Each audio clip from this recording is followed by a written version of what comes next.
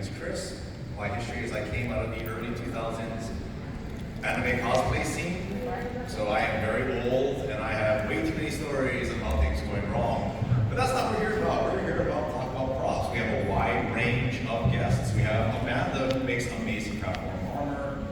We have her son who's getting into it and learning. I think he's going to talk about 3D printing and other techniques. We have Scott, who's our weathering expert. He is a master painter. That Gandalf staff in front of him is his creation. And he's got a lot of things he can tell you about his creation and how to fix mistakes. And we have Tom, Joel. I'm very sorry. Joel's not the one person I haven't had a chance to meet this morning. He has way more experience than I will ever have. He's an industry expert, so you'll have a lot of music stories, I bet. And we have my friend Zach, who I've known for a number of years. He is our advanced guy. So laser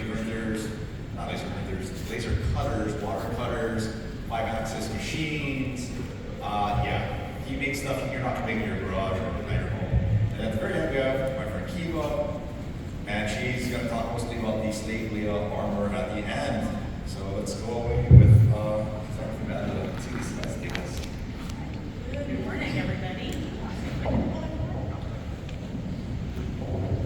My name's Amanda Negron. I have been costuming for a long time. I started when I'm 15 and I'm 29 and holding on for dear life, so you guys can do that.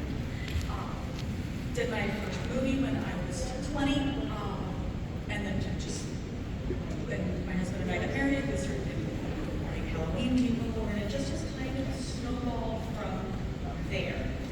So today, that's what I'm going to talk about today. So I've spent the last couple of years talking about things that I've made for other people, and this year is going to be no exception. One of the first things you have to think about when you're costuming, this is the concept of pictures that I made for my now 8-year-old son, who's 6 at the time, and he wanted a party crowd. So you have to start by looking for your inspiration pieces and build a storyline, and that's what I did here. This party crowd was kind of difficult to find a couple of years ago because he's animated. So I went with animated Thor, but I found somebody's little edit, and then I found Funko Pop. I'm like, hey, that's a good detail. Sources can come, and inspiration can come from strange and unexpected places. So let's keep eyes open. Next slide. Okay, so this is the build process. I used stretch faux leather, and I built it. If anybody's familiar with Renaissance fair costuming, yes, regional hands, nods. Okay. So I built him like a doublet. This is lip, and zipped up the back, and then I went with info on the top, and then we built surface and heat gun and razor core, etc. The little round bits on his armor, those are actually big googly eyes. I'm all about taking the thing and repurposing it into a completely other thing. And in case you're wondering, no, I didn't take the little shakies out because nobody can hear them, but it entertains me. So we went, kept piecing straight pins. There's the boy down there at the bottom, beautiful baby. He was watching me build and gives him. And then there's the boot covers, the little wrist armor, and then we gave him like Steve the Heritage here that day. That's just for 11 vendor premiere. And he got his little Mew Mew autographed, and he and Chris Hemsworth both said they were Thor with a T and an R and no and an H, but not necessarily an R. It was pretty great. Yeah, it was so hot that day. And then Mew Mew, I started with a kid-sized, there, Amazon for $10, I want to say. Got some paint pens, pulled some screenshots, made a little tiny pair of teddy bear-sized hard underpants because those had heat on there. The Mardi Gras beads, and kid liked it. And then that cape that he's wearing, that's half circle of red raw silk, double snaps on the top. He's now 6 inches taller than he was when I made this, and he's still wearing the same cape. We've gone through 2 more courses. And I've got to make a 3rd one because I've got contingency chins and belly bellies that we're going again.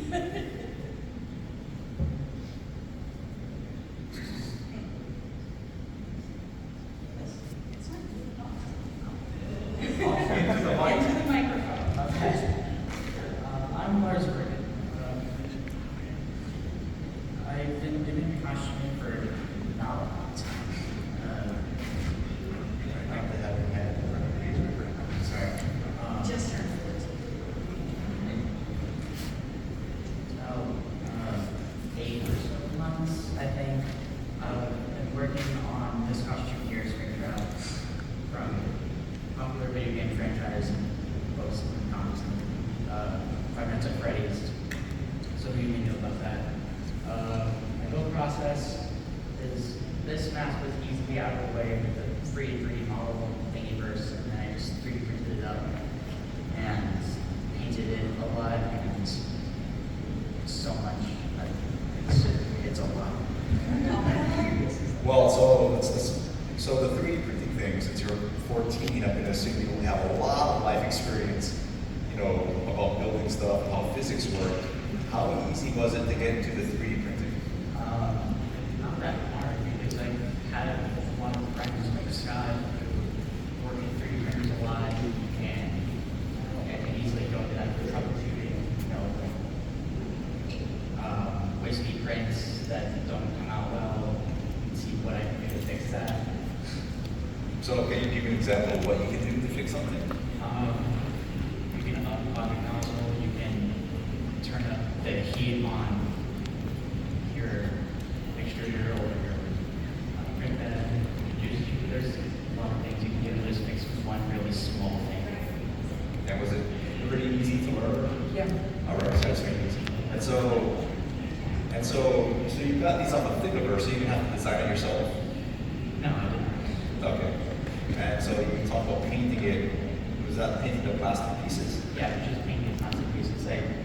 Before adding on the fabric and everything, I took over, went over it with a coat of silver spray paint to give like the metallic underpart, and then I just kind of went over it with red and everything for the detail, and then I found the fabric, and then just. So how was it working with the fabric? It was a very good learning process. It was. So did you have to learn like sewing skills, or what kind of skills did you learn with the fabric? It's a good idea to start using patterns on everything. Patterns are going to make everything go on way easier. And, Where'd you get the patterns from? I did not use any patterns. That's why I learned that. All right. Pattern making. On the typical 13, 14-year-old, how hard can this be? And he just started winging it. And we're going to be finding bits and pieces of that foam and the polar fleece over the next 5 years. Yeah, so they haven't really gone over the process too much. I think Zach has a process he likes to go into, so it'll be covered later. So don't worry too much about, hey, I've heard interesting things about finding reference photos and about making patterns. So we'll probably cover that with another speaker. Please ask lots of questions.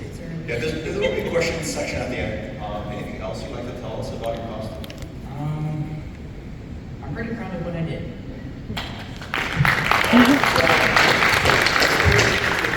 How does the mouth open? It's on a hinge, and I downloaded the wrong file because there's 2 different files for the back. But what we did, because I downloaded the wrong file, is I think there's some sort of screws. They're kind of hidden up by the fabric, but right here is just a hinge, and it just opens that way, and then you have pieces of elastic inside to snap it back in place. Oh, that's very good. That's my next question. How do you control the force on it? And then we have this slide. Can you explain what this is? That's the torso piece for my costume, and that's the first time I used a pattern to make part of the suit. And where'd you get the pattern from? The t-shirt that we taped up and cut it on a line. So that's another great trick. When you make these things, especially if you're a woman, you need to make armor that fits your unique body shape. You can take a little t-shirt and Amanda Negron. Yeah, the way you do this, is anybody not familiar with the duct tape method? I'm not familiar. You're not familiar? Okay, then I'm going to go a long way instead of a short way. Thank you. You find yourself the oldest, rattiest, nastiest t-shirt that's like, ready for the trash, because you will be able to do nothing else with it. I like to use masking tape or painter's tape. Some people do use duct tape. You know, depends on how comfortable you are if you're claustrophobic. And stand, arms out, and then you have to have someone help you, and you just tape around. You're making a mummy, basically, of all the pieces that you need. Then you take a Sharpie, draw your lines, and you cut it on those lines. Put it out, flatten it, mush it, kind of stretch it back out so that, you know, because you're gonna get pieces that are kind of wonky and weird looking, smush them down. If you can't cut from there, then you can totally trace it onto, I use, you know, like after Christmas when wrapping paper goes down to like a dime a roll, buy it. Who cares how ugly it is, because you want to use the back side, because it's got that beautiful 1x1 grid. Put that on if you need to. I just use the tape. And then you lay that onto your fabric, or in this case onto the foam, and then I just Sharpied it on there for him to have an easier line instead of, you know, using all my pen or like a nail head to scratch it.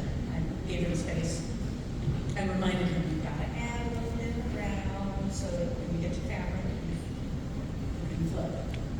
And then he built it on my sad dress form with Scarlett. She's got holes in her, and she's very beloved in most seasons. And I apologize for the stuff on the side of the fridge. That was, I guess, my halfway point up there. It was just what I had finished at that time, and yeah, not too much to talk about. Well, the thing is, it is important to have fit checks as you go along. It could be, you know, it's very sad to build the whole thing and like none of it fits. Yeah. All right, and so we move to Scott now. Hey everybody, my name is Scott Harvey, pronouns he, him. I am up there notified as a prop tinker. I hate the term designer, professional. We all just tinker. I've been doing it for a while, so I've gotten some form of skill set. But that's all we are. We're tinkers, and those are my socials. If you go to the YouTube channel, there's 0 videos. Because I always have things built. So the prop I'm going to do today is, so there's guns out there, plasters on the floor, and they look like they're vacuum formed, they're dry brushed, they're expensive for what they are. So what I'm going to go through is basically some techniques to take the orange blaster on the left and make it the kind of holster ready tawn blaster on the right.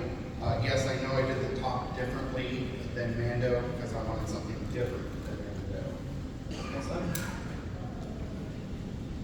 So the first thing you're going to do whenever you pick up a toy blaster and you're going to convert it to something that's not a toy, you got to sand off every logo, every warning text, every piece of information on that is going to look silly. You just sand it off. If you don't like to sand, get out of prop making because that's where my last 2 months have been. Sanding. So you're going to sand off that stuff. I started with 120, then I moved to a sanding stick that's 400 to kind of smooth it out. Next slide. So the next thing you need to get rid of are the seams and the screw holes. Now this blaster right here does not have screw holes. They've taken them and glued them together.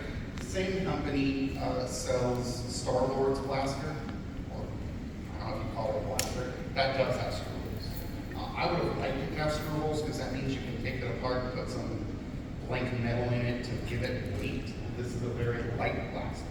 But what we're using is we're using spot putty to cover the seams. If you did have screw holes, you're going to use 2-part body filler. Door pro tip, use an X-Acto knife to cut it off when it starts to turn green so you won't have as much sanding. Next slide. So here you're going to mask out the parts. After you've spray painted black, and I've oversprayed this. I was in a rush. So at the bottom photo where it's all black, you can see some overspray. That's not a throwaway.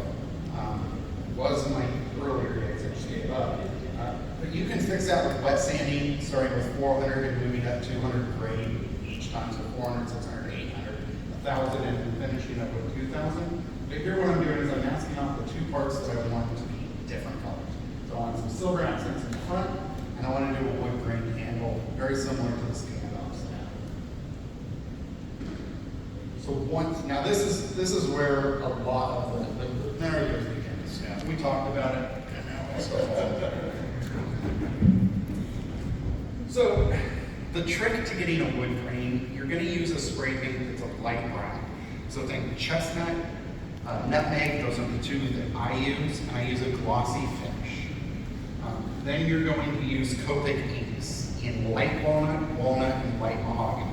Copic inks are an alcohol-based ink, so they are solvent to alcohol, meaning when you put the ink on, if you don't like it, you can take an alcohol rag and wipe it off and take it back to near zero. But it also means that if you use a really chunky, kind of low-grade, coarse brush, and you brush through these lines, you're going to start to get the wood grain. Don't get too stuck on what you see with the first pass with the light walnut, because the second pass is going to move it around, and the third pass is going to move it around even more. So what you're going to get is you're going to start to get that wood grain pass. Let's go ahead and go to the next slide, because I think I showed that. So, yeah, so now you're starting to get that really nice glossy wood grain. When you're done, if you're happy with it, you need to lock it in with a clear coat. In fact, this stage right here, I'm going to hit it with a 2K clear coat the whole gun, because I'm going into weathering, and I want to have that kind of protective coating over the front. So weathering. The first thing I'm going to do is I like the cheapest water mixable oil paints. You can use acrylics.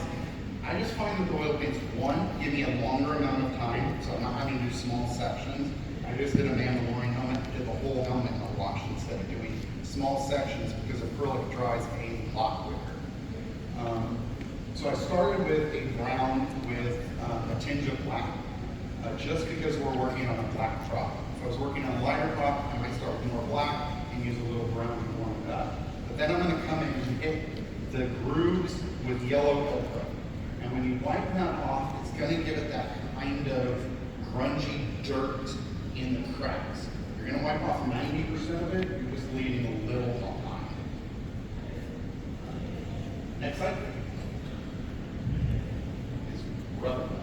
Now, if you wanted to do the brass details, where I didn't do it there, gold leaf rubber buff, I use silver leaf to kind of get that worn edge, because before it looks like a black plaster. You get the worn edges, now it looks like it was anodized, and you strip back some of that color. The only warning I have on rub and buff is a little goes a long way. So you're gonna put a little bit out, you're gonna rub your glove over the top of it, you're gonna rub that out until you're barely getting any, because it is really hard to back rub and buff off. It's not possible, but it is really hard, you're not gonna get it all back off. So you're just gonna stomp, hit the edges. And then the final step, I like to map out my things, because with weathering you tell a story. And so all of my characters come from desert worlds, because newsflash, I grew up in Lancaster, which is a giant desert. So I relate to that desert kind of clean, dune kind of look. So if you take Fuller's Earth, I want to go back and say one thing real quick. I don't mention, no, you don't have to go back to slide. I'll mention PPE here. But with all of this, you're wearing a respirator. When you sand, respirator. Paint, respirator. Fuller's Earth, definitely a respirator. This stuff is really fine clay. You do not want that in your lungs. It's used for beauty. So I use just makeup brushes. I use those for my weathering paints. I get them from Ting, dirt cheap, the cheapest ones I can find. It comes with a couple of makeup sponges, which are great for applying graphite powder. But here you're just going to brush it, and then you just keep brushing it off until you get just a little bit of dirt within the cracks. And it also mattens it out a little bit, so it looks like it's been through hell and high water. And then you clear coat it, let it dry for 48 hours, and you're good to go. I use 2K, so max 2K is what I use on every product. So when you're letting it dry, is there any special hints for that? You got the stand, you got the... So maybe people don't all have this, but I used to be in photography. I take a light stand with a boom arm and I just extend that out, and now I can hang several props up. In fact, that was key to working on this one because it's such a tall prop. I needed something that would lift it up. Sandbag with that C-stand, but you could use a ladder, but you could do it in parts. Some string and your garage rafter. Okay, Amanda, do you have another way of We do. We have, we took the poor man's way for a lot of our drawing things. I took a wire coat hanger, unscrewed it, flipped one end over, and took it out on a patio cover, put it up into that hammered hook, brought it down, hooked the other end, hang, the blaster, you hang it by the trigger handle, your trigger handle, and then it's just suspended. Doesn't work if things are super heavy, then we have to do like 2 or 3 together, but it works. He's always out there tinkering and spraying in the back porch. My flower pots are all kind of oversprayed in this conversation. I think it's important to note I do use the wiring. I just don't have to take it apart, so it allows me to be. Well, you're tall. Well, no, I just raise it. All right, thank you, Scott. We'll move on to Joel. Hi everybody, my name is Joel, and I'm a woodworker, if anything, so it's really interesting to hear about these other techniques. So I bring a lot of, almost like a furniture design perspective to building props, and so I thought it would be interesting would be to share some of my lessons learned over the years. So the first one is to make a plan for your project. If you jump right in with a good idea and you don't have some of your ideas written down as a plan, a couple days later or a couple weeks later, you're going to find yourself going back in time, going back to the store, starting over and buying new equipment or new materials. So start with a plan. You don't need to spend weeks making a plan, but you have to start with a plan. The next is to get the right tools and materials. I like to spend money and have good quality tools. You can buy less expensive tools, just know they won't last as long, and they might not cut the wood the way you want, and then you're going back to the drawing board again. So buy good tools, buy good materials. Have friends, these kinds of people, right? Know people, like I don't work in metal, but I know a guy that works in metal next to me. So have friends that you can work with that have other tools and other knowledge and skills. And then I'm going to talk about this in a few minutes. It's hella sword. You want to stop before you go too far. I went too far on this project, so a little lesson learned is stop when it's done. So Joel, I have a question about making a plan. What do you have tips in terms of, do you budget, like I'm gonna spend like $500 on this and then no more, and then what is your scheduling like? 1 month. What are your tips about that? So I use, I'll bring it up a little later, but I use Google. I use Google Slides and Google Docs. It's real simple. And I created a project plan for myself that I use, and it's got about 15 rows of questions. I wrote out specific questions. Do I work on a project, whether it's for my other jobs or if I'm doing something like this, I'm going to just answer those questions. You can probably spend about 2 hours. Do it with a friend, do it with a partner, but think through, what are the risks, what are the problems, what might break. If I have to drive across town or go to another city to buy certain woods that I work with, I overbuy. I buy extra just in case, because when I'm sanding and cutting, I make mistakes. So the planning process only should take you a couple of hours, but you want to basically think through what are the costs, what are the time, and how much hours are we need. So this is an axe I built with Zach here. Zach did the metal work and I did the woodwork. And one of the things that's really important is if you're going to work with real wood, you need to decide, first off, is it important for it to last and be strong, or do you want it to be lightweight? So Hella's sword is very light. We used a soft wood. It's really light to work with. But for that axe up there, I used walnut. It's harder to work with, it's harder to cut and sand, but it'll last a lot longer. It's much stronger. So knowing what kind of materials, you probably don't want to buy wood at Home Depot or Lowe's for projects like this. There's some great stores in Los Angeles. I actually have some listed down there at the bottom of my slide. There's some phenomenal stores here in Orange County and Los Angeles that you can buy all sorts of really amazing hardwood, and for a project like that, it won't cost that much. The next thing, great technique is just to use something like leather to wrap the axe. That not only makes gives an authentic look, but it also hid my joints. I was using modern techniques, drilling and cutting, and using a bolt there, and we just covered it up with some wax-covered lemon that we purchased. I think right there, I actually listed the store where I purchased that from as well.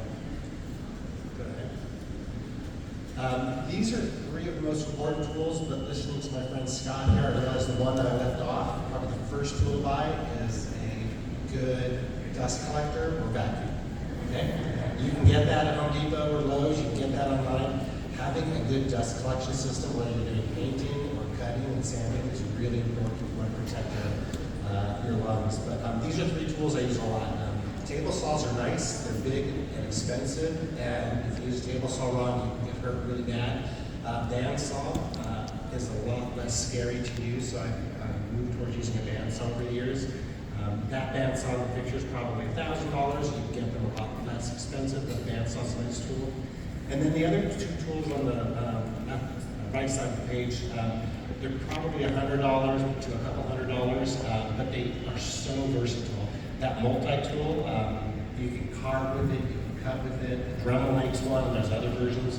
And the other tool on the far right is one of my favorite tools. It's called an oscillating tool. You've probably seen it if any of you watch HGTV. They use it to cut door jambs and other things. But you can cut with it, you can sand with it, you can cut wood, metal, all sorts of things. And it has all sorts of different tips that you can add on the end. So it's such a, it's one of the safest tools I use. You can actually touch it as it's moving, the saw blade, the sanding part, and it doesn't hurt my hand at all. So it's not nearly as dangerous as some of the other tools I use. And you can use it to create the tools on the right there. You can use it to create some really nice effects from working. So Joel, I have a question when it comes to buying tools. So you said there's the bandsaw. I could buy it brand new for $1,000, but I might get it cheaper somewhere else. What is your thought process about buying really nice and expensive or not? So like a lot of people will buy tools at Harbor Freight. They're very inexpensive, but they usually will last for $1 or $2. So you could buy tools at Home Depot and Lowe's, or you can go upgrade. For me, so I grew up woodworking as young as about 10 years old, and I saw what the process looked like. And for me, when I buy tools as an adult, I want them to last for 10 or 20 years. So I buy middle to semi-expensive tools, just so they'll last. And the one other thing I'll say on those tools, maybe not the bandsaw like the others, I've actually done woodworking in my apartment. So before I had a shop, now I have a shop. Before I had a shop, I actually did some woodworking in an apartment. You had a good vacuum. But you can cut and sand and do some projects right in your house or in an apartment if you don't have access to a real shop. So that's my kid, and she was really excited about the axe, and it was right around Halloween time when we finished it. She wanted to take it to school, and apparently you're not supposed to take large metal axes to school. But she was really insistent. She's very persistent.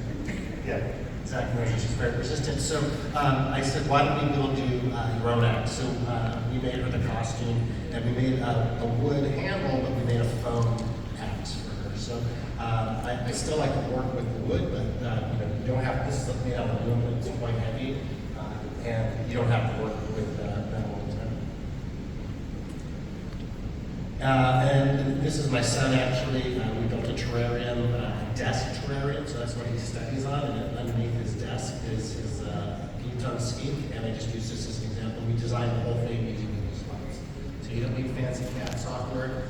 You just want to be able to see what the designs are going to look like and how many materials you're going to need, and we did that all with Google Slides. And then Hella's sword. So we wanted to make Hella's sword. I knew I wanted to do it out of the wood so I could carve it and get all the shape and design. I spent a lot of time doing it. When I got nearly done there, when you can see the pictures of me holding it over the pool, I felt like it was really fragile. Some of the edges are really thin and narrow, and I was really afraid it was going to break. So then I came up with the idea, and I contacted Zach, and I said, what if we coated it so we fiberglassed it? I'd never worked with fiberglass before. It seemed simple enough. Zach had a shop, and we fiberglassed it, and that was, I think, a bit of a mistake, because then I had to clean all of that up. So after the fiberglass dries, it was quite a huge process to clean it. Probably should have just left it like it was when I sanded it, and it was thin, and we should have just taken care of it at that point instead of going the extra step. So sometimes you take things too far, and it's just a little bit of advice, stop before you go too far if you can. And then kind of just summary again, everything takes longer than you think. If you come up with an idea for Comic-Con next year in May, you probably don't have enough time.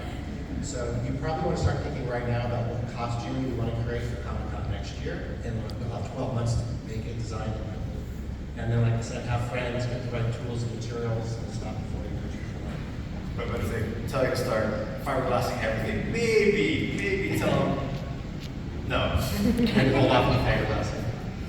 And if you're Zach.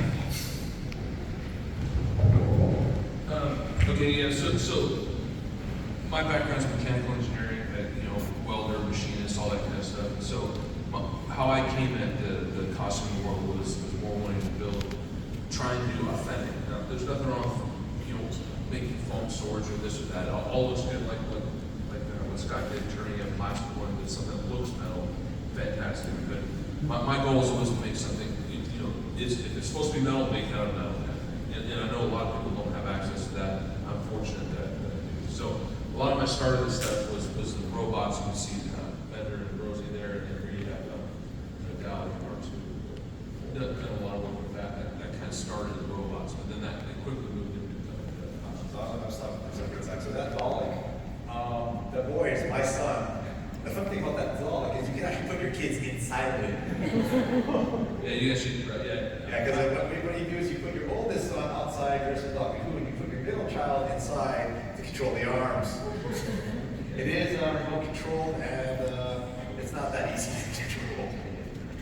Yeah, those are fun, and just like Joel was saying, having with both of those, I was working with other people doing it, and that's what makes it fun. It's not just you grind it yourself; it's more of a social thing. Working on it with someone else that brings other skills to you. That's to me what makes it fun. And now the process, I promised. Yeah. So today when I talk about the slave layer stuff I did, there's just initial pictures of it. So as talked about before, the reference photos, and it's hard because one of the first costumes I did was Claymore, which is a handmade, and there's so many different interpretations of it, and trying to figure out scaling and stuff like that. And it's just eventually just picking one and moving on with it. You see, even with these right here is what's right, what's not. It's all kind of a little bit different. And then some of I went to finally. I think Lucas came out with a book that actually showed actual pictures as props. And I already designed it originally. Then I went back, got the book, and I went back and did it again. You see in the upper right there, I actually kind of took it and traced on Jessica was one of the first models I worked with, just to kind of get an idea of size and scale, kind of like with the duct tape t-shirt that I was talking about. Stuff like that, just to get an idea of what kind of scale we're talking about. And then I've done two things where to actually take a casting person, because at the end of the day, like what you see here, I water jet it flat, then I'm basically camera forging it or whatever into the actual final shape. So I basically take the casting so that I can make a fiberglass mold that I can use for the form that I'm actually better, because it has to be fairly solid, because I'm using torches and all kinds of stuff, and the form usually is trash when I'm done, but it has to be something solid. So, and then here you see the form that comes off the model there on the left. Then I've done things where I have a 3D scanner, and that's what's amazing now is the 3D scanners are much cheaper. The one I was using was $15,000 to do the scanning, but really what came down to it is making the mold off the actual person was a whole lot better, because again I had to make a replica that I used in the form of the metal. But the scanning, I will say on the very right there, I did scan that kind of stuff, which is nice because that was for a Captain Marvel costume. Where some of the stuff I needed form on the body, and some of it's just armor pieces that need to look like armor pieces scaled to the person. So you can go both ways, but for the slave lay at the end of the day, using the actual body shape is what's necessary, because it's got to fit all the curves and all that kind of stuff. Yes, this is a case where the t-shirt and duct tape will not work for you. Yeah. And then this shows the scan there on the right. And then what I did is once I had, for the bottom pieces, it was more of just scaling off the person. So I did a whole drawing. I used, like Joel said, you can use some of the Google stuff.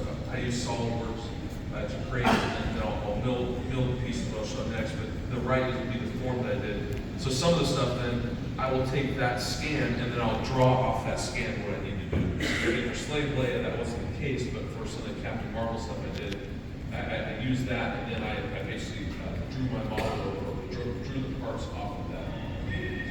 And this shows some of the stuff machined on the very left. I did a slave Elsa, so I machined the bottom pieces out of acrylic, and then kind of formed. And then you see, actually, on the very right is the handle of the axe here, I believe. And then you can see the wrist and the armbands is the bottom center, and you can see the flat chest piece that and the same thing with the wrist and the arm. That's flat. I machine it flat, and then I'll go to get better around the size of the arm or wrist. And this is the kind of tools I use. So these are the CNC mills. And I'll start with just a block of aluminum. You see on the right, and then the left is the first option for machining it out until it gets to the point where I can start bedding. And then the bottom center was one of the pieces of the slave also where the machine out. And then there's the fiberglass piece I'm pulling from the mold. You can see there in brown where I literally just started to hammer around it and heat it and bend it and melt it. Whatever I do to get the shape, and it's not. It's difficult sometimes. Sometimes I have to walk away. I can tell you that. And then test fitting, just like was mentioned before, tons of test fitting, and it's you get the form, but still not. It's not quite right. So I'll have the model come back 4 or 5 times just to make sure I'm going in the right direction. And then, I'm not going to go into painting. Scott did a marvelous job with that, but I'm not very good at that. You can see the quality of his stuff versus the quality of stuff I did. It's very different. I wish I could have had him as a buddy when I was doing this before, because I would have definitely shut that in his garage. And then here's just some of the stuff. This is with Jessica, where I did a lot of the first stuff. And she did crossovers, so Slave Elsa to, Frog Prince, Little Mermaid, and all that kind of stuff. So I did several of these for different crossovers. Wow, everyone had a different contract than in the movie I saw. All right, and we're gonna move on to Keva at the end. Hello, I'm Keva, and I actually help Jeanie alter her daughter's pageant outfits, and that's how I got into doing this. And I attached all the fabric bits to all of it. Wow, I am loud. I attached all the fabric bits, and the trickiest thing, what we did is I took a bra, one of Jeanie's bras, and we cut it up, and I wrapped it in the fabric. And the reason it was good to use the bra, even though I only ended up using a piece of it, is because it has a little curve, and so it made it much easier to get the fabric to attach to it, and I covered all the black with that fabric to make it more comfortable. And the tricky thing was getting the fabric to stick to the metal. That was tricky, but what I ended up doing, I think you can go to, yes. What I ended up doing is I took a nail file, and I'm so sorry, this is my very first time even putting slides together. I'm sorry, we'll just keep going. But what I took is, I make jewelry, and I also do watercolor, so in my jewelry I don't do a lot of filing, but I happen to have a glass file, and what I ended up doing, because the glue just was not sticking to the metal, it just kept peeling right off. So I took the glass file and I filed all the inside of the metal that was going to have the fabric stuck to it. And we just ordered fabric glue off of, I think, Ting or online somewhere. But it does definitely have to be fabric glue. Regular glue, glue gun, nothing worked. And so the fabric glue and the filing of the metal so it wasn't so smooth, and also because it had a little clear coat on it, so it gave it enough texture for when I put the glue on. And you do really follow the directions on the glue and leave it clamped for 24 hours.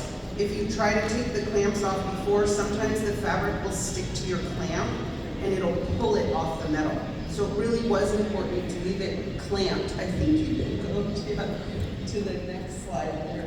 Oh no, this is it. So I clamped it, and then also I went back, I looked at every single, I didn't know there were even pictures of Princess Leia on the beach in this. But that's where I got the best pictures, was just searching and searching online to look for original photos of the outfit.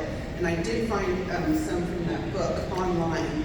And when they showed the inside of the outfit, I found out that they used Velcro to actually stick it to carry fish to attach it. So I got industrial strength, any industrial strength Velcro. Regular just Velcro is not gonna work. It doesn't have a strong enough bond. And so what I did is I hand sewed all the edges because I didn't want to see the sewing machine. I felt like that might detract, and so I hand sewed and just put the layers together. I took sewing in high school and I got a lot of experience altering your daughter's pageant outfits. It's a lot of lace and a lot of little bits of detail. And so I just pleated it and then I hand sewed it. And I found a ribbon. I have a ribbon that's from Santa Maria Novella, but what it has is one side is flat and they use like a gold thread. So the back of the ribbon had like metallic, it was all metallic-y. So if you can find like a grosgrain, do you know what grosgrain is? That ribbon that's ribbed. So something, instead of like a flat satin ribbon, something that has a little texture, because then when I stuck the stickers for the Velcro onto the roughs part of the ribbon, it stuck really well. So when you pull the front panels off the front and the back, it stays attached. I couldn't get my needle. When I tried to poke my needle through the Velcro to get it attached to the fabric, it made holes and weakened the Velcro. And so just using the glue on the Velcro, especially if it's industrial Velcro, it'll have glue already pre-put on both sides. And so then that's how I got it attached. And then because all the bits were all separate, I was having a lot of trouble figuring out how to connect the side bits because at first I was going to use metal, but how it's hooked together is there's little screws. So there's little screws screwed into the sides here, right on the ends. So I went through my jewelry supplies and I found this is waxed cotton cord. And so that's how I just attached these and tied knots to put it together. And then this is silk, like from a necklace. And so it worked perfect because the little bits stuck right in here. And then we just attached this here and the back by tying it all together. And that's how I got it together. All right, now we're going to move to the questions section. So don't be shy, y'all. We have a lot of different experiences here. Woodworkers, people that sew things, people that can paint things. One guy that makes too much with fiberglass. So any questions at all? Right there, it's the first thing in the front row. I'm curious, when you said that you shouldn't have put the fiberglass on, was there some other way you carved it? I think you could, looking back, I probably could have used some form of a paint or acrylic that's going to add a little bit of structure to it without, it wouldn't have changed the appearance. Because fiberglass actually had a lot of, the fibers sticking out. I hadn't worked with it before, I was going to realize it. So I probably should have slowed down. Probably would have been a good time to test, right? I could have tested fiberglass and another piece of wood first, so probably different choices. All right, first row over there. I was also going to ask about that because we've done fiberglass, so you do fiberglass resin like split coat. Is that what you're saying? Yeah, we use similar process that we would fiberglass and boat or other commercial products. So, I'll talk to you later about the trick record. But Okay. my question is, would you try it again on a different project? Would I fiberglass again? Yeah. Yeah, absolutely. Yeah, a different kind of project. I think it's because of the shape of this and the sharp edges and the points and curves. That's where the fiberglass wasn't a good idea. But my friend let me try it. Move on. I went to the class. Okay, great. All right, any other questions? Oh, in the back row. So looking for things to repurpose, how often do you find yourself just hitting up random like consignment stores, thrift stores, scrap yards? Amanda, would you like to take this question? All the time. And it also helps, you have your junk drawer and you have your random box of stuff. I never throw any old even Halloween costume pieces away, because I'm going to plug very briefly. I'm actually sitting on another panel on Saturday. I'm going to be talking about exactly this for Alan. But yeah, but just repurpose and find things in unexpected places. Like we've used Legos for Star Wars bits and just little random bits. Did you have a follow-up question? Yeah, which panel was that?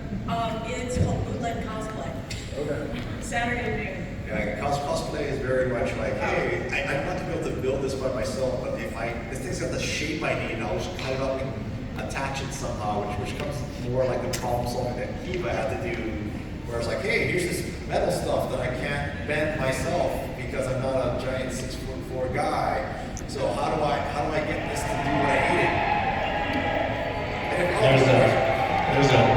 There's a great store called the Reuse Store from Habitat for Humanity. Oh, they're the best. Habitat for Humanity has stores all over California, and they have amazing supplies for building homes, but you can get all sorts of materials very inexpensive there. Reuse Store. All right, so we got a question for the Superman. Thanks. Super interesting. Thanks, all. You're also talented. For those of us getting started, who are the people that you are following to learn from? Is it forums? Is it YouTube? Can you be specific of it also? There's some great. Please do it all the time. There's some wonderful Facebook groups that are, there's an entire group of Nothing But Princess Leia's. I am on the admin team for Black Widow cosplay. Where we just get in there and sometimes there's a couple of questions just to make sure you're nice. Because we get some weirdos. But What are the right answers? Okay, so Amanda's line is basically social media, find people with like interests that do the same thing, and I'm not interested in Scott's answer. What's Scott's answer? I'm going to give you two. So on YouTube, Punished Props. He does a lot of stuff with like Film Riot for independent little films. And he does a lot of things of like kit bashing, working with foam, working with 3D prints, working with everything. And the other one is like they all say I'm the weather, but there is the Master of Weathering YouTube channel, Odd Space Viking. It's all going to be Star Wars. He's 501, he's Rebel Legion, he's Mando Mercs. So he's in all the cosplay groups, but real level-headed. Like he has a whole video about like, look, if you're in 501st and someone comes up to you with print lines in their armor, shut up, okay? Because they're just having their cosplay. If they ask, now you can say, well, this is how you can get rid of that. But he has 4-part series on weathering, or 5-part, and they're all like an hour long. Great stuff. The one I'd say, Last question. the one I'd say too is the 501st, which you recommend, also the R2 Builders Club. It seems like they're all over the United States, and even if you're not into the sci-fi stuff, still those group of people really have a lot of good skills. Okay, so we're nearing time, guys. We're going to take the last question, and then we're going to mail out. Who's got the last question? Oh, Tigger, yellow shirt right there. Is there, like, I know you can come to panels and look on YouTube, but is there other places like classes where you can learn? Sure. The question is, are there classes, are there other places than YouTube or Facebook groups that you can learn this stuff from? Yeah. I mean, personally, I went to college. I have designed parts of the F-22, I've designed parts of the F-35, but maybe that's more than you're looking for. What do you guys think? Costume College. Look up Costume College. It's not college. It's called that. We just finished last week in Los Angeles. Five days of workshops and classes. Google Costume College. There's prop making. There's costume making. There's all, and it is beginner friendly. It's about 750 people in 5 days. It's incredible. So they welcome beginners. Well, I think that's for that. Okay. I just wanted to say one thing. Also, if you want to start making costumes, just do it. Like the most education you will ever get is from actually doing. I had no idea like how to get fabric to stick to metal before I started this. And so really just do it. If you're curious about something, just do it, and then you can Google what you're curious about and find people to follow from there. But really just start, because the best education is your experience. Exactly. I second that. I sat down at 16 years old, looked at my mother's sewing machine, and went, how hard can this really be? Well, everyone, thank you for your time, and thank you for your time.